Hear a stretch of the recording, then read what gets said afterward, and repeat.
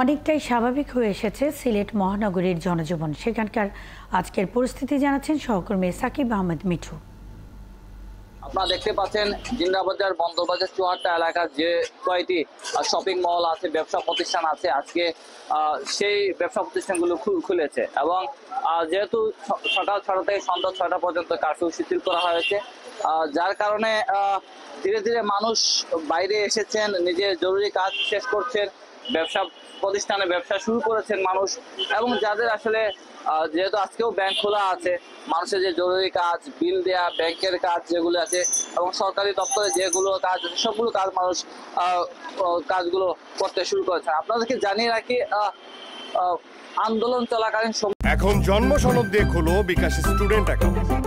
নিজের বিকাশ নিজে কর।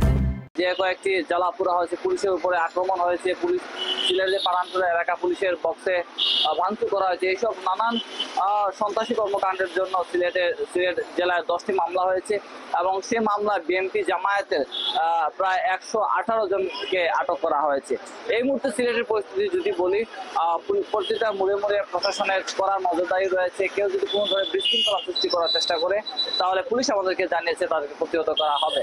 এবং মানুষের মধ্যে এক ধরনের স্বস্তি ফিরেছে। মানুষ বলছেন যে আসলে তারা ঘরবন্দি ছিলেন, তারা আসলে অনেকটা অস্বস্তিতে ছিলেন, তো যেহেতু তারা বেশ কয়েকদিন থেকে কোনো ধরনের কাজকর্ম করতে পারছিলেন না, আর তাদের মধ্যে এক ধরনের হতাশা বিরাজ করছিল। অবশেষে তারা স্বস্তি পেয়েছেন যে ধীরে ধীরে অল্প করে হলেও পরিস্থিতি স্বাভাবিক হতে চলছে। তবে আশা করছি দ্রুত সময়ের মধ্যে যদি সকল পরিস্থিতি সব দিক থেকে যদি খুলে দেওয়া হয় ব্যবসা প্রতিষ্ঠান এবং কারফিউ তুলে নেওয়া হয়, তাহলে হয়তো তাদের মধ্যে এক ধরনের স্বস্তি ফিরবে।